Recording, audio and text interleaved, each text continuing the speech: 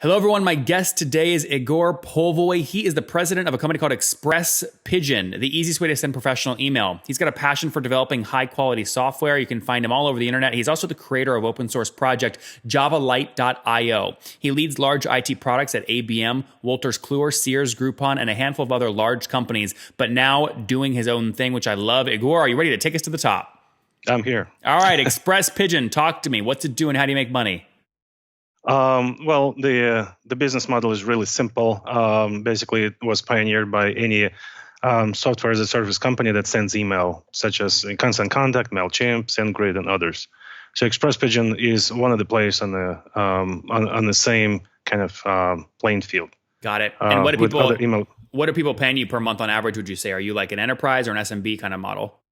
We are kind of all over the place. We'd like to hit like the sweet spot in the middle, a small to medium enterprise, and we kind of built a number of advanced tools that Mailchimp and Constant Contact lack, specifically to target those people. Since I was in the receiving end, running large projects that integrated with external email providers, I kind of know how painful it is to integrate and ask for a specific feature or data back.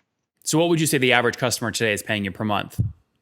About 500 to 1,000. Okay, got it. So between 500 and 1,000. And give me more of the backstory here. When did you launch the company? The company was launched a few years ago. Basically, we are kind of running in a stealth mode for a couple of years. What year, though, was launch? It was launched in 2013. Okay, 2013. And then you were in stealth for a few years before charging? For a couple we started charging a little bit at the end of 2013, I believe. But we also had quite a number of customers that were just using for free and giving us feedback. Okay. And so that was kind of the model. At the time, we weren't sure what we were. So the original system was built to compete head-to-head with Mailchimp.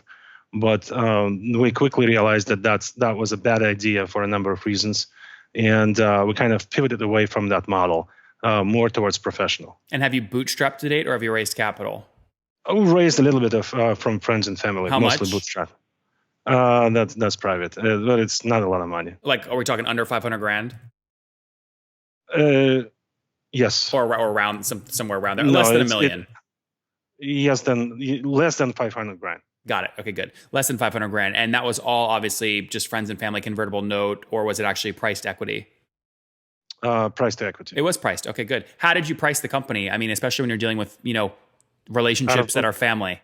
It was. I don't think it was fair to my friends and family at the time, but I just painted a number in the sky and basically convinced them to give me money. That's funny. Okay, good. So no institutional capital, but about less than 500 raised from friends and family. And then what have you scaled to today in terms of total customers using the platform?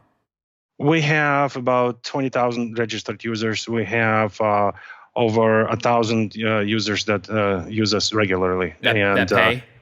That would be a non-disclosed information. Okay, but I don't really care about how many users you have because people can brag about that all day long. You can go out of business with a bunch of free users. How many though are actually paying? I mean, give me a range. We have less than 1,000 paying customers. Okay, but can we say more than 800? We could say less than 800, and I would like to leave it at that. Well, I mean, put a bottom on it though. I don't want people to think you have zero customers. Just put some. No. We're profitable. We are paying for themselves. We're making some profit, and we're growing. In other words, we have a healthy team, and we are not going broke or close the doors because we have no paying customers. Got it. But usually when people give me that answer, they say we have at least this many. They don't say we have less than, which is an interesting way to phrase it. That's what I'm trying to get at. So just put some, do you have more between 100 and 800? Is that fair to say? Oh yeah. Okay. It's fair. I just don't want to, I want to give you credit. I mean, it's hard to get a new customer. Oh, we certainly have more than 100 paying customers. Okay. I mean, you can put whatever minimum you want. You're giving me nothing. So I'm making something up. All right. Totally. So we'll say between 200 and 800-ish customers. Okay, that's helpful to understand. Like one of the tricky parts about a business like this is churn. How are you managing churn? We are managing churn by providing the services that other companies do not. So our target customer, we don't. It's not to say that every customer is a target customer.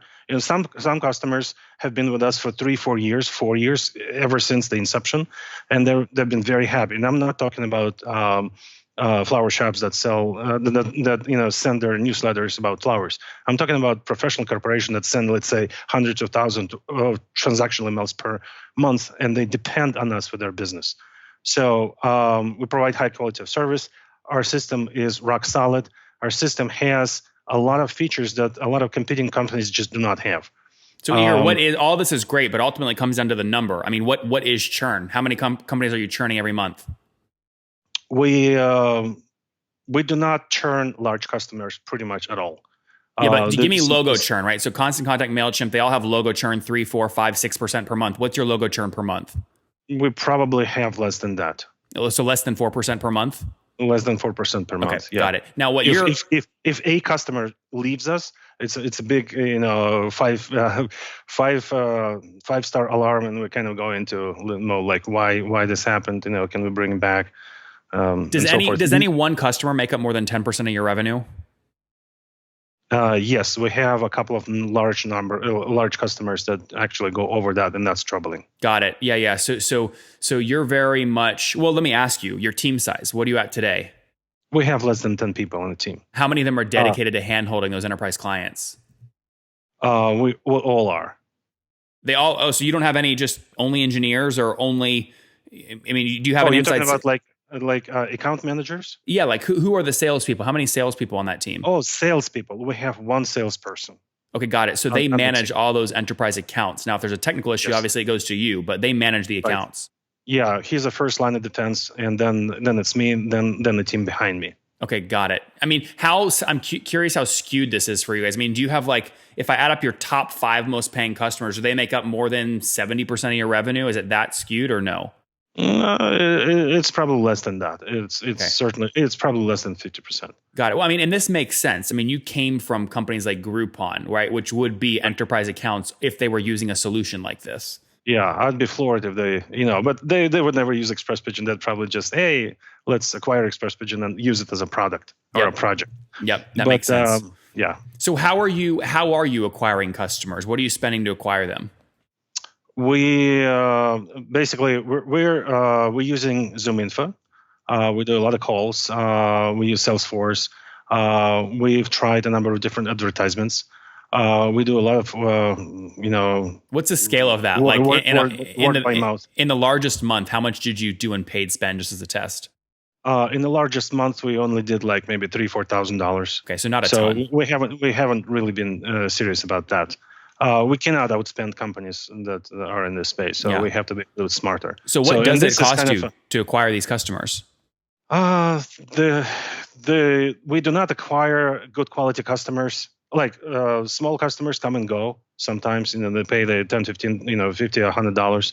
We don't really pay much attention, but larger ones, they're sometimes takes a long time to acquire. So, for instance, a local Chicago company, Fuda. Have you heard of Fuda.com? They're funded by Lightbank, just like Groupon, and they came out of their incubator about 5 years ago, and they've been growing.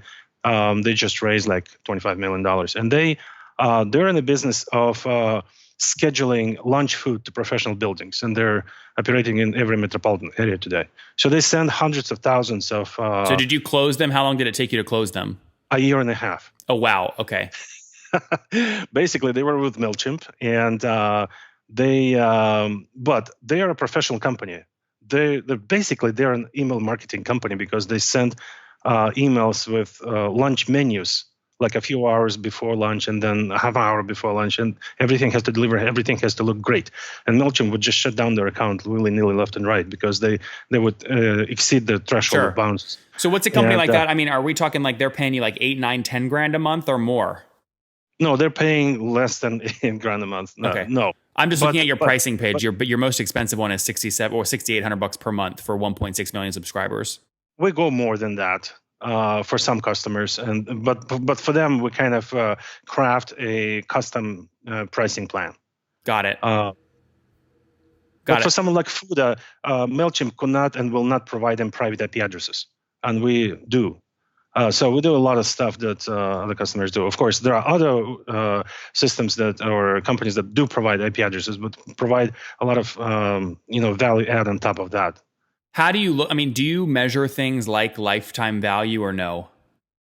We are not there yet, I guess. Yeah. Lifetime value, yes. We're probably estimating that the lifetime value of a customer is roughly 24 months. Yep. Which makes sense, Because by the way. If you do 1 divided by 4% monthly churn, that gives you right. 25 months of lifetime value multiplied by $500 a month. They're worth about $12,500 to you on average. Obviously, you have enterprise, big enterprise ones worth more. Right, but we haven't really lost a lot of large customers, and the few that we did lose was for reasons outside their control. They were acquired, or they were given like they contracted a marketing company which quote unquote included email marketing for free, and of course nothing is free, but it was very difficult to convey them Sure. convince them to stay. So what do you, when you look at kind of the growth of the company, I love that you're bootstrapping this. What are you able to grow at year over year, totally bootstrapping? You mean revenue? Yeah. We're under $1 million, if that's the question. Sorry, I mean, how fast are you growing? So if you're we're not growing fast, unfortunately. And one of the reasons you don't always have to grow fast, by the way. The right answer is not always a big number. Right. So we probably experienced about 40% growth last year.